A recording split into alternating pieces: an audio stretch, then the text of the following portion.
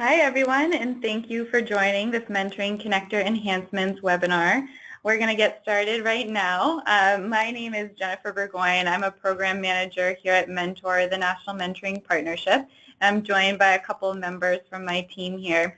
Before we get started, I know some of you might have different levels of familiarity with Mentor, the National Mentoring Partnership. So I just wanted to take a brief moment to talk about our organization. So Mentor is the unifying champion for youth mentoring, and we strive to increase the quality and quantity of mentoring relationships across the United States. We have a multi-pronged approach to doing this. Mentor provides a public voice for mentoring through public awareness campaigns. We develop and deliver resources to mentoring programs nationwide, like the Mentoring Connector, and we promote quality for mentoring through evidence-based research and standards. Mentor has developed and supports a national network of affiliate mentoring partnerships that provide regional, state, and local leadership and infrastructure on the more ground level. So we really couldn't do our work without their support, and they're also big players in this Mentoring Connector system as well. So with that, I wanted to hand it over to my colleague Caitlin here, who's going to introduce herself and get us started for today's webinar. Hey everyone, my name is Caitlin McSweeney. I'm an AmeriCorps Vista here with Mentor. I've been at Vista since August, so my term is finishing up at the beginning of this August. And a big part of my project here as an AmeriCorps Vista is working on the Mentoring Connector. So I've really been the person, if you've emailed the connector at mentoring.org or called about the Mentoring Connector before, you've likely reached me. So I just wanted to let you know that I love answering your questions, and I'm excited to go over some enhancements today as well as the basic components of the Mentoring Connector. So some housekeeping rules. You will notice when you come in to go to a webinar, I know some of you, like Jen said, are a little, might not be super familiar with GoToWebinar. Your phones are going to come in muted, but we do welcome questions. We just ask that you write a question in the question box. And we will make a recording of this event available, so we'll send out an email once we have that link available for the recording of this. We also have uploaded the program administrator manual, so you'll see that in the control panel of your screen as well. And just to see who's with us today and where everyone's from, we'd love if you could type your first name and the city and state that you're in with us today. So when you're in the chat box, just make sure that you click to send to all so we can see who's here and read off a few names for everybody.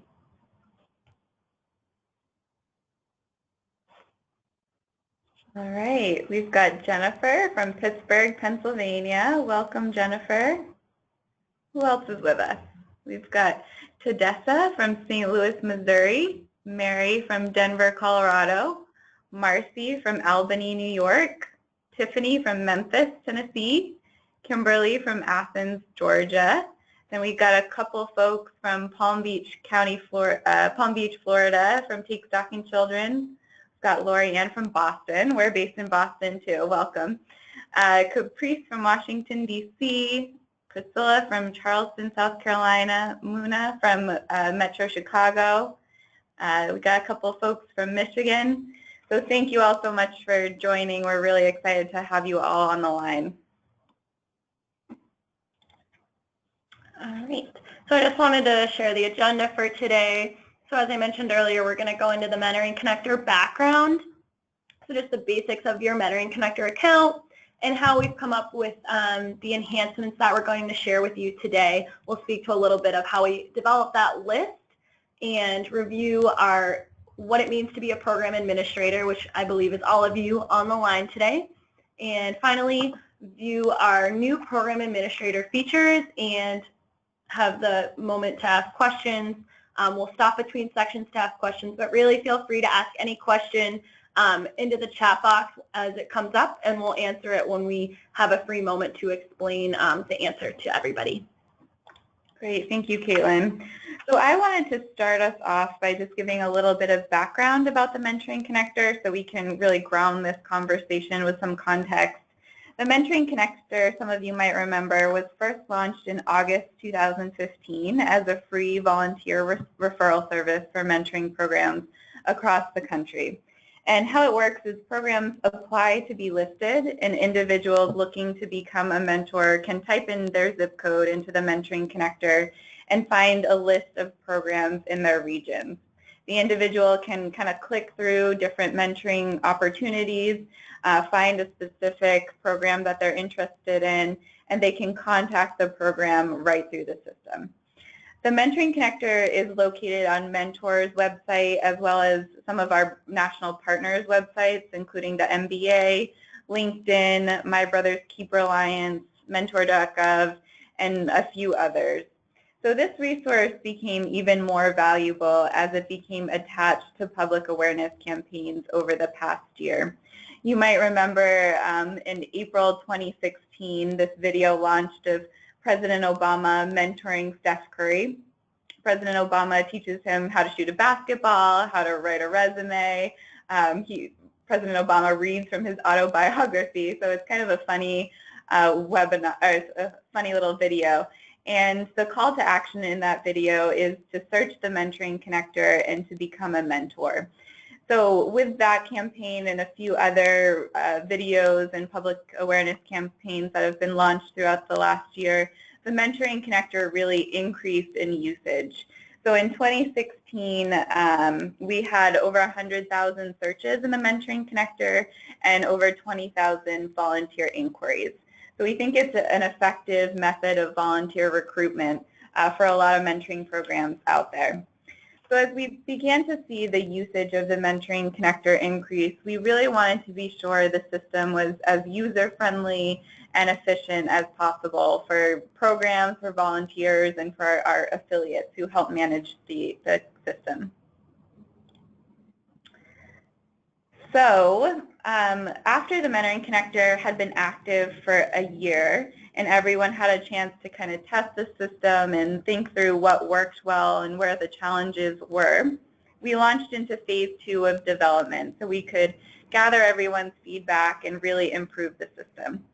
So we started by having focus groups with affiliates, programs, volunteers, and here internally at Mentor to see how people were using the Mentoring Connector and how we could improve it to make it more effective for you all. So those focus groups revealed some really interesting information.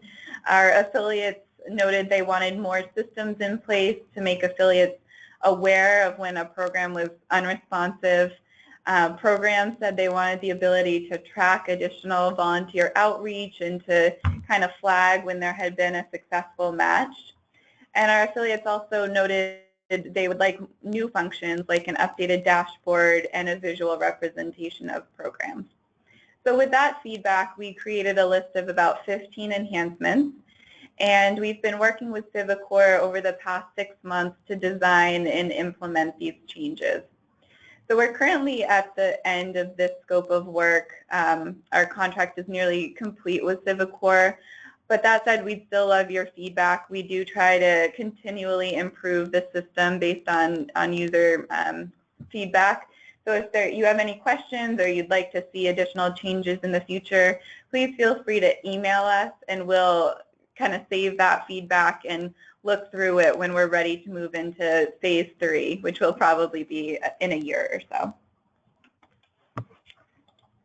So with that, we wanted to launch our first, I think, and only poll. We wanted to get a little sense of who is on the line today. So I'm going to launch a poll here. How long have you been a Mentoring Connector program administrator? Less than 4 months, between 4 and 8 months, between 8 months and 1 year, between 1 year and 1.5 years, or over 1.5 years. So you can take a moment and select whichever option best fits how long you've been a program admin.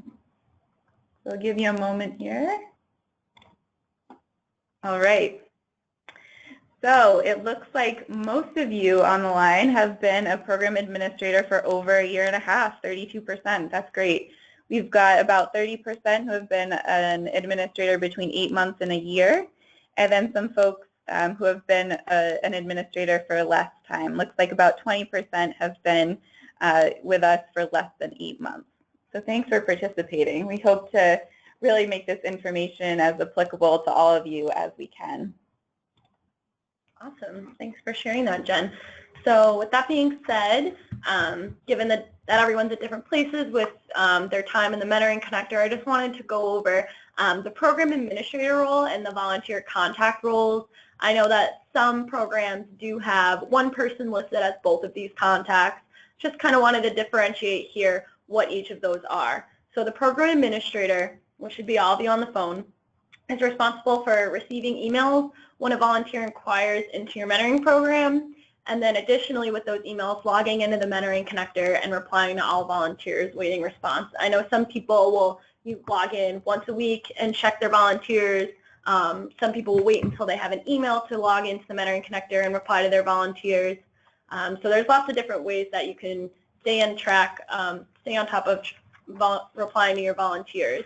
And additionally, the program administrator manages their program's accounts, such as updating program information as needed. If your location changed or your program changed in any way, you would just really want to note that in your program information, since parts of it are public to volunteers. So that's helpful to keep everyone informed. And the volunteer contact is responsible for responding to volunteers who might reach out via phone or email. The volunteer contact listed is the person's information that will get sent when somebody emails that they are interested in being a mentor at your program. That volunteer contact gets sent to that volunteer right away, so the volunteer contact should be aware that that is their information, and they might get phone calls or emails about somebody looking to be involved in their program. Thanks, Jill. And then we have one question here. Do we receive mentor interest in an email? And then the second part of this, which I think we'll cover in a little bit, how do we see the data if someone chooses us so we can follow up? Okay, great. So the first question is how to see the mentor's interest. Yeah, or how do they know when they have a new volunteer inquiry? Does it come in an email, or how would they be informed? Yeah, so next I'm actually going to show you what the volunteer will see when they inquire into a program, but essentially once they click contact program, it will email the program administrator. So that should be you all. You should be receiving an email automatically when someone says they're interested in volunteering at your program. It will come from the connector, and it will say something like, please log into the mentoring connector to reply to your volunteer who has inquired. So from there, you would be able to log in and see that someone has dedicated interest in your program. Yep. Yeah, and I would just add that we at Mentor recently upgraded to a new email system, Office 365, and even for us, those connector emails were getting filtered to our junk folder. So you may want to just monitor your junk folder occasionally and make sure that you accept any emails from the mentoring connector so they do go straight to your inbox. That's a good point. Okay. So with that, I'm going to show you what it looks like on the user end if I was a volunteer.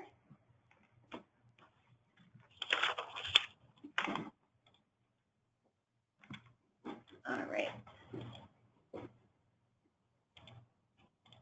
Okay.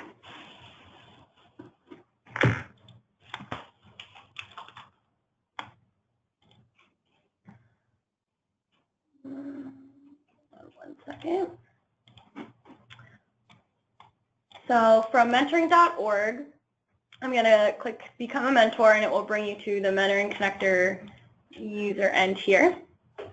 So here's where I can type in, if I'm a volunteer, I would type in this information on the left. So I'm just going to do that to show you what it looks like to find someone's program.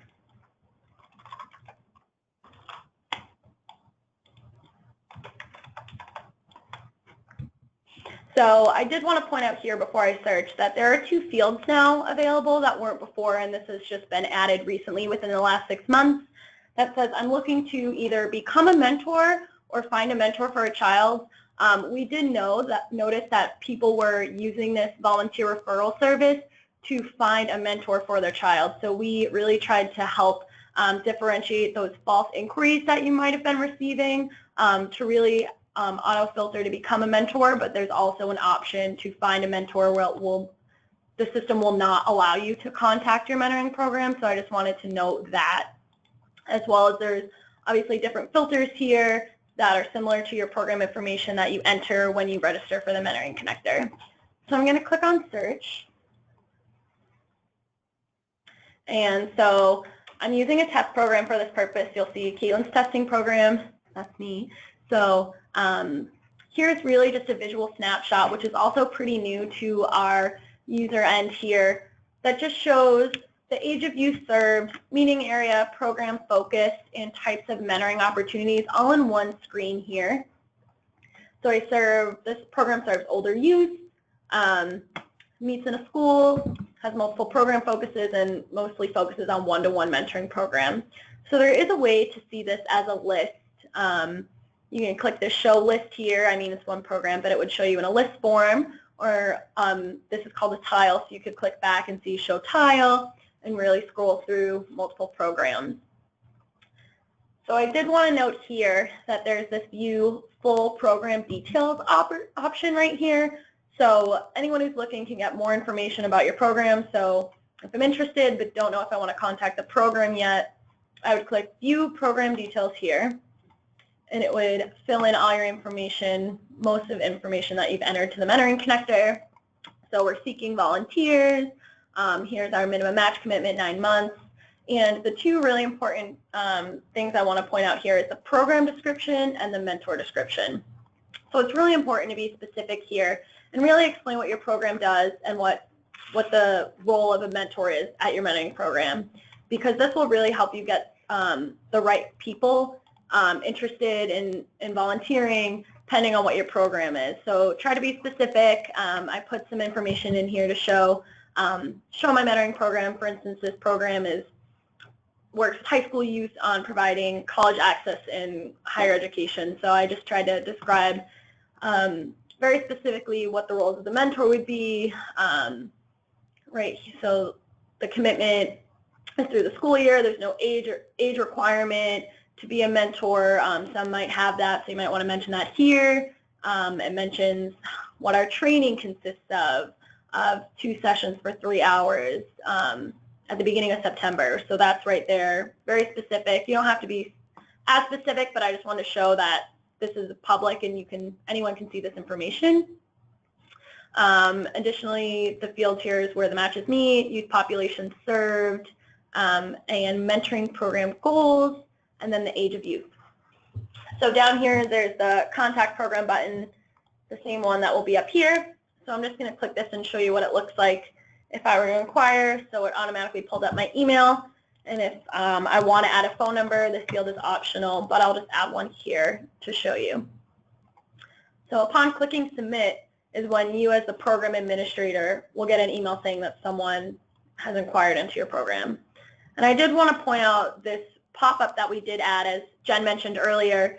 It is easy, depending on your email provider, that this could go to spam. So automatically, the volunteer should receive an email from connector@mentoring.org that you've successfully, submitted your volunteer inquiry. So to look out for that email. So we are working on having, less spam sent to volunteers, so they're seeing our emails. So we added this pop-up here.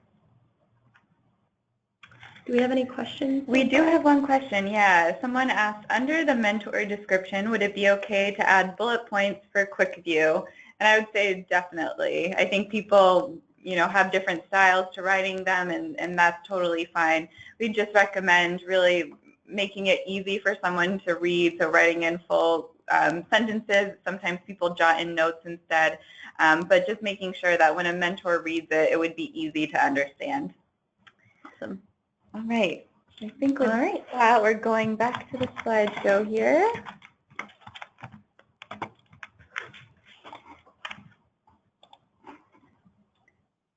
All right.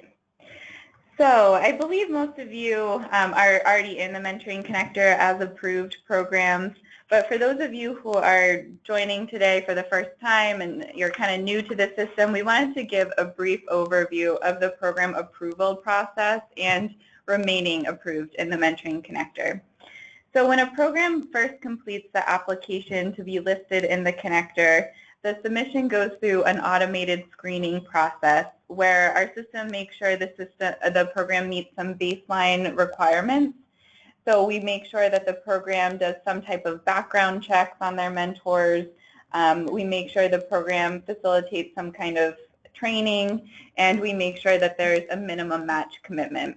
So we don't necessarily require that there's a year-long match commitment, but we do like there to be some minimum. And then once the program goes through that automated screening process, it goes to one of our local affiliates who reviews and approves the program based on alignment with the elements of effective practice for mentoring. So we try to make sure all of the programs listed in the Mentoring Connector are really safe and effective programs, which is why it has this multi-staged approval process. And then once a program is in the Mentoring Connector, we do have certain requirements for it to remain in the system. We really want this to be a database where volunteers are hearing back from programs. You know, sometimes a volunteer will see a video or get really excited to become a mentor. They'll submit an inquiry, and sometimes they don't hear anything back. So it kind of loses the momentum and excitement about becoming a mentor. So we try to make sure that only programs remain in this database that continually respond to volunteer inquiries. We ask that programs respond within 10 days of receiving that initial inquiry. And really, we just want to make sure that this system is a great volunteer referral service and that volunteers are hearing back and having a positive experience. And then the last bullet point here, we just wanted to do a quick reminder that if there's any transitions in your workplace, if there's staff turnover or someone leaves on maternity leave, we do recommend transferring your account over to someone else in your office. We want to make sure that volunteers are continually receiving those responses, and sometimes it's just something that kind of slips folks' minds. So we try to put reminders in here as much as possible. All right, so then I think we are going to show you a little bit of the Mentoring Connector backend. So this is probably what you all are used to seeing in the Mentoring Connector. I wanted to take a moment to go over some of the basics of the Mentoring Connector, and then Caitlin is going to take us through the new enhancements that have been developed over the past 6 months or so. So when you first log into the Mentoring Connector, this is the view that you see. You'll see your programs listed. Some people have multiple programs under one user. Most people just have one program. So this is really where most of your information lives. So if you click on your program name, you'll see the application that you filled out and submitted to the Mentoring Connector. So this lists your physical location, the types of mentoring opportunities that you offer, and then importantly, this is what Caitlin pointed out before, this is the public mentor program description, and further down we have the mentor description. So those are the fields you're really going to pay special attention to. If you wanted to edit any of this information because your office moved or you have a new volunteer contact, you could do that right through this page. You would just click edit, and then once you had made those changes, you would click submit, and it would update your profile, both in the back end and the user end. And then here on this next tab, we have the program service areas. So we ask that you input all zip codes that your program serves. Some programs have a headquarters downtown, and then they might have different sites throughout the city. So you can put all of the zip codes that your program serves. And when the volunteer goes in to search any of those zip codes that you indicate, your program will pop up. Here we have a record of all of the volunteers who have inquired into your program, both the ones that have been responded to and the ones that haven't been responded to yet. You might notice that some of these have the email address, and if the volunteer had written in a phone number, that would appear too. So we ask that the initial follow-up to the volunteer goes through the Mentoring Connector so that we can kind of track responses and know if a program is inactive or there's something going on there. But after you do your first response to the volunteer through the Mentoring Connector, through this email volunteer button, this information populates. So if you then wanted to follow up with the volunteer through their phone or through the email outside of this mentoring connector system, you would have this information and you could follow up outside of the system. And then you can also email your volunteers through this tab. You would just click this email volunteer button and our email template would come up. You could edit this information and then click send. You do want to take note that these kind of strange looking fields, the query fields, these automatically pull information from your application or from the volunteer inquiry form to auto-populate. So here it would say, dear the volunteer's first name. So you don't want to touch those, but everything else you can edit. And then your email template is here. So this is the email that goes out to volunteers after you click that email volunteer button. If you wanted to customize it to make it more specific to your program, you would click this list templates button, copy and customize, and then you could save a new template. So if you wanted to write next steps for the volunteer, or if you wanted to attach a file, you could do that, save this template, and that would be the default email that would pop up when you click email volunteer. We recommend really using this to your advantage. You can upload a mentor application here. You can upload a flyer to an upcoming event, really whatever you think would be most helpful and really taking those next steps with a volunteer. And then there's just a few more tabs up here, then we'll see if there are any questions. So under your contact information, this is where you can switch your profile to someone else. So if you're leaving for maternity leave or there's staff turnover, you can edit the program administrator information right here, including your password.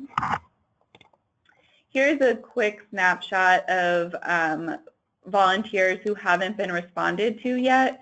So in that other volunteers tab, there's more information. There's older volunteer inquiries who have been responded to. But here, this is just a quick snapshot of volunteers who haven't received a response, and you can email them through this page. And then finally, this is the program administrator manual.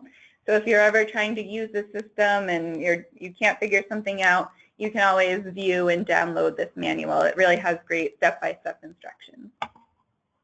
Great. Thanks for sharing that, Jen. Yeah, we have 3 questions. Excellent. So the first question we have is, can you have multiple people receive the email? That's a good question. So right now it is set up so there's only one program administrator, and that kind of has to do with some engineering on the back end, but also it makes communication easier for Mentor and our affiliates. So right now it's set up for just one program administrator who receives that email, but depending on feedback, it's something we could change in the future. Yeah, that's a good point. And also to this question, I think I mentioned earlier that some programs will just like to log in once a week, every other week, just to check in on their account, maybe update information. For instance, if they're not recruiting mentors or anything like that, you could just log in as needed and check if you have volunteers. And let's see, the next question here. How do we update the constant change in our needs for the program using Mentoring Connector? Example, we need 8 male mentors. How do we communicate these specific needs? Oh, that's a great question. Yeah, we have a couple of recommendations for that. The first is to, like Caitlin was saying earlier, really update this mentor description so it accurately portrays what you're looking for. So if you wanted to really highlight that you're only looking for female mentors, you could write that in here. This is the section volunteers see when they're looking through programs and the information that they'll read. So this is a good way to kind of filter mentors and make sure you're recruiting people who align with your program needs. And then another way is to really update your email. So once a volunteer has inquired, you could write down the specifications for your program in this email and send that. So if you're only looking for women at that point and you send that email, a male volunteer won't really take next steps to to become a mentor with your program.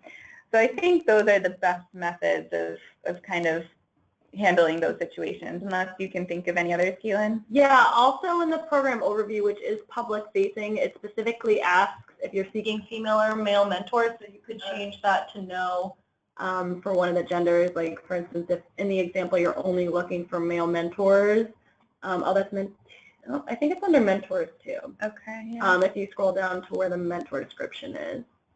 Oh, yeah, right here. Yep, so you should be able to just change that to no. But like you said, to this question, if you want to make sure this is up to date, definitely be logging in as these changes occur, because you would want to make sure that your information being displayed to the public is accurate as well. Awesome. All right, a few more questions here. Is there an email link to embed on our website for people to register? Yeah, so I think what you're asking, and if I'm portraying this incorrectly, feel free to write more, but you would like to embed the front-end mentoring connector, kind of this section on your website, so people can go to your website and find mentoring opportunities. And yeah, we can do that. We have an embed code that one of our colleagues manages, and he could send that to you to set up the mentoring connector on your website too. So if you'd like to do that, please email connector@mentoring.org, and we can refer you to the right person. Awesome. And it looks like we have one more question here. Is there a way to go back and see a list of the people who've inquired about our program? Yes, there is. So you would go to that Volunteers tab. So once you log into the Mentoring Connector and you click on your program's name, you'll go over to this Volunteers tab. And this is everyone who has inquired into your program. So both people who have been responded to and people who have not. Awesome. All right. Oh, she missed the question. I can repeat that for you, Shauna. So when you log into the Mentoring Connector, you will click on your program name, and like you'll see here how it says Caitlin's Testing Program, and underneath there's a list of a few tabs. You would then click on Volunteers. So it shows there's 8 volunteers, and you can see the list of the 8 volunteers, some who have been answered, some who have not. So you can see the entire list there. All right, so and if you keep having questions, feel free to send them out, but we want to make sure we show you the new enhancements too. So Caitlin's going to take you through some of those new enhancements now. Awesome. Okay. All right, so I'm going to stay on this tab here. You may have noticed earlier there were some buttons that Jen didn't touch upon. So you'll see these 2 buttons here. We have Matched and Track Follow-Up. So I'm just going to go through and show you what these buttons look like. So for instance, if I have matched with Jennifer Burgoyne, I would click on Matched. And you can type in any date in this field, so which is nice because you can update your current list of volunteers. So for instance, if Jen started with us, her mentee matched in February, I can note that. And then upon clicking Save, it will update the field and show that Jennifer was matched on February 6th. We have this other button called Track Follow-Up to really help you at the mentoring program be able to see who you followed up with, how many attempts are made, and there's multiple ways to see what kinds of follow-up you've done. So when you click Track Follow-Up, it will bring you to the specific volunteer, and then you're able to track any follow-ups. So when you add an entry, you can type the date. So say you had done this earlier this week and you called this person and left a voicemail. You could note that. And then similarly, if this person called you back today, you could either edit this entry or make a new one and say that you talked about filling out the application and change the date to today. So hopefully this will be helpful for you to really see what attempts are made to contact these volunteers, because we do know that sometimes just going through the system, like we had mentioned earlier, can get caught in spam or people don't provide their phone number. So we really wanted to provide some other ways for you to visually input data about reaching out to your volunteers. So those are the two buttons that you'll see both listed in the Volunteers tab, as I mentioned earlier. So really any history of anyone who's inquired into your program will be under this Volunteer tab. So lastly, there's one more feature that I wanted to share with you all, and it's under the Program Overview. So I'm going to click on Program Overview to show you here, and it's this currently not accepting volunteers. So there's a way, if you're currently not recruiting or you have too many mentor inquiries and not enough mentees to match in your program, you can edit your profile to show that. So when I click on Edit, you'll see here that it says currently not accepting volunteers, and I'm going to check this box if you're not looking for volunteers, and if you hover over the blue question mark, it explains what it will do on the front end. So on the front end, it'll put a red banner where the contact program button was earlier that says you're not accepting volunteers at this time, so you're not allowed to contact the program. So this is if you're not currently recruiting, and I have a screenshot that I can share that shows what this looks like. So this not accepting volunteer button will be here on the user end if you're not looking for volunteers at this time. And I did want to make one quick note that we have included some more automated emails coming from the Mentoring Connector. So as you mentioned earlier, people go on maternity leave, vacation, leave, and don't transition their account over. So we've built in some emails that will get sent out twice a year, I believe in March and September, to send an email out to all of you who are approved mentoring programs in our system and just let you know to update your information. So for instance, if that's changing the volunteer contact information or updating your recruitment, any specifics about recruiting volunteers or your mentoring program that you'd want to update, we will be sending those emails every 6 months to remind you. Great. All right, we have a couple questions here. So someone asked, can we receive information about mentees interested in our services, or do you match them to us? So the Mentoring Connector right now is really meant to be a volunteer referral service. So it's a way for potential mentors to find opportunities and connect to the program.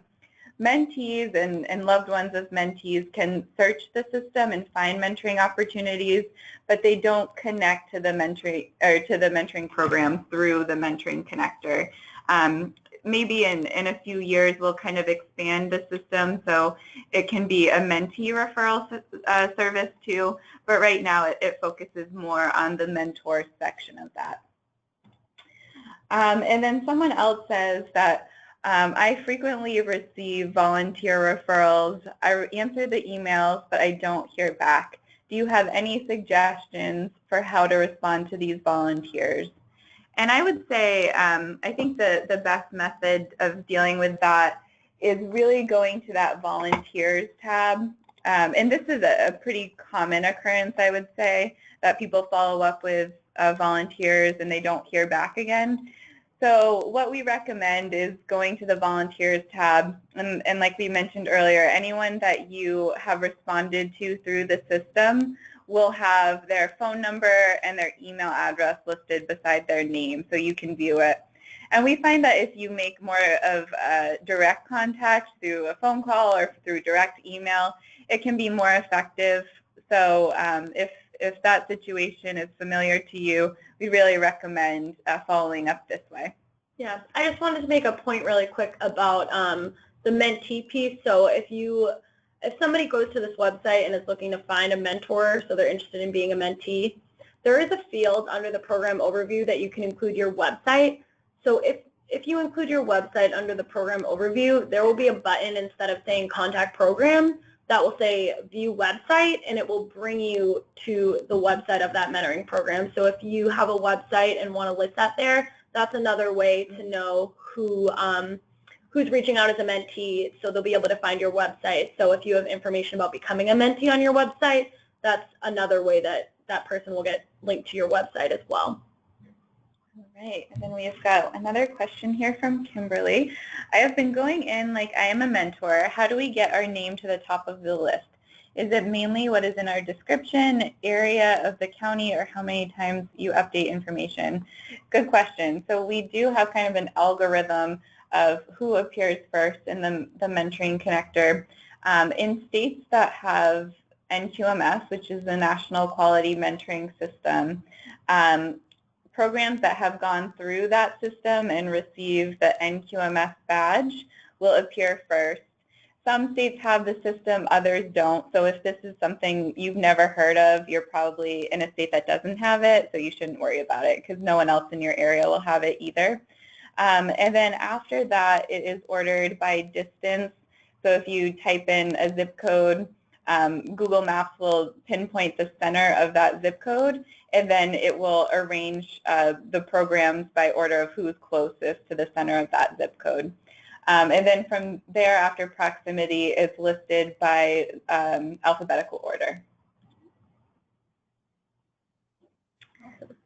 All right. Well, any other questions? Okay, a couple more. We have one that says, I have only received 13 inquiries in the last 2 years. How can we increase that? Is there any way to improve those numbers? That's a good question. Yeah. Yeah, similar to a question earlier about posting on your website, you could put the embed code on your website. So if people might find your website versus finding mentoring.org, you could have the embed code there to link you to the mentoring connector. I'm trying to think through some other options that you could do as well. I guess it depends what states are in if they have an affiliate as well. Yeah, we really try to promote the mentoring connector as much as possible.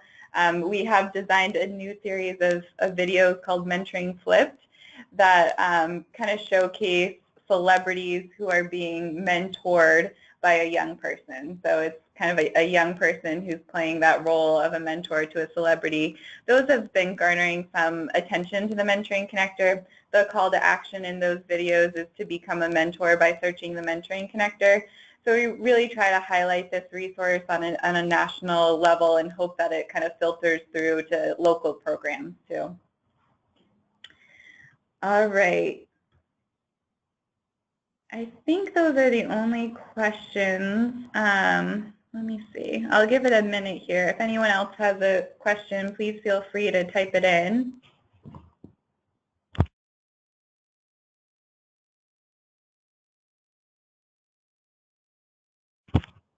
Okay, I think we have some questions about NQMS, and I'm just going to actually direct those to NQMS@mentoring.org.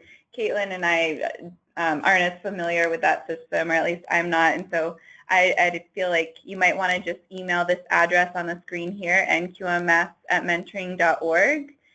They'll be better suited to respond to questions about NQMS. And I think that is it.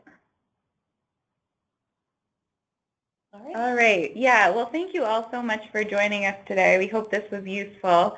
We will follow up within the next week with the video and the slides from today's presentation. So if you missed anything, you can kind of circle back through that video.